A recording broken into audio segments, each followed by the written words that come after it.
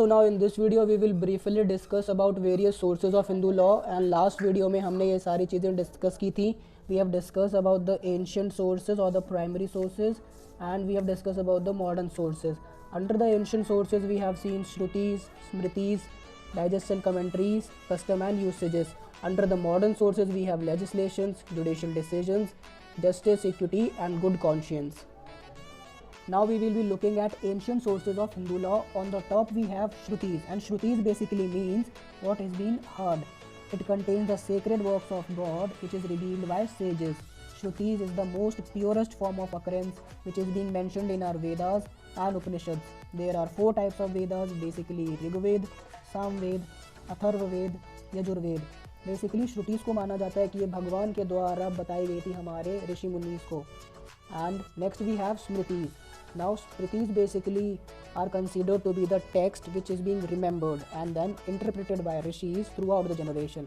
Now इसका मतलब क्या हुआ कि जो भी बातें हमारे ऋषि मुनि को याद रह गई उन्होंने अपने तरीके से उनको लिख दिया and which is being followed by our generations.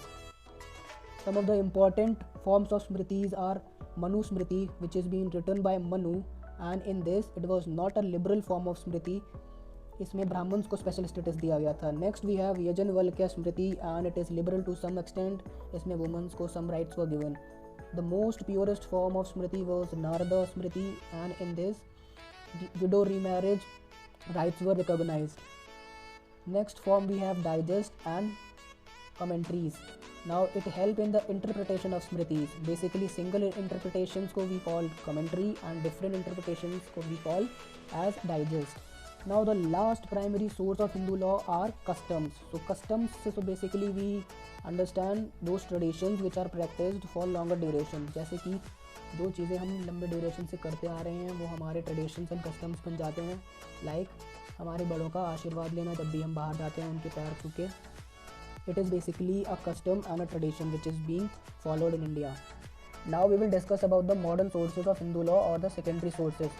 On the top we have legislations, and as a society evolved we need to codify our laws. Some of the major legislations were Special Marriage Act of 1954, Hindu Marriage Act of 1955, Hindu Minority and Guardianship Act of 1956, Hindu Succession Act and Hindu Adoption and Maintenance Act. And in our upcoming videos we will briefly discuss about these acts as well. Next we have is the judicial decisions, and these are considered to be the most important ingredients of modern sources.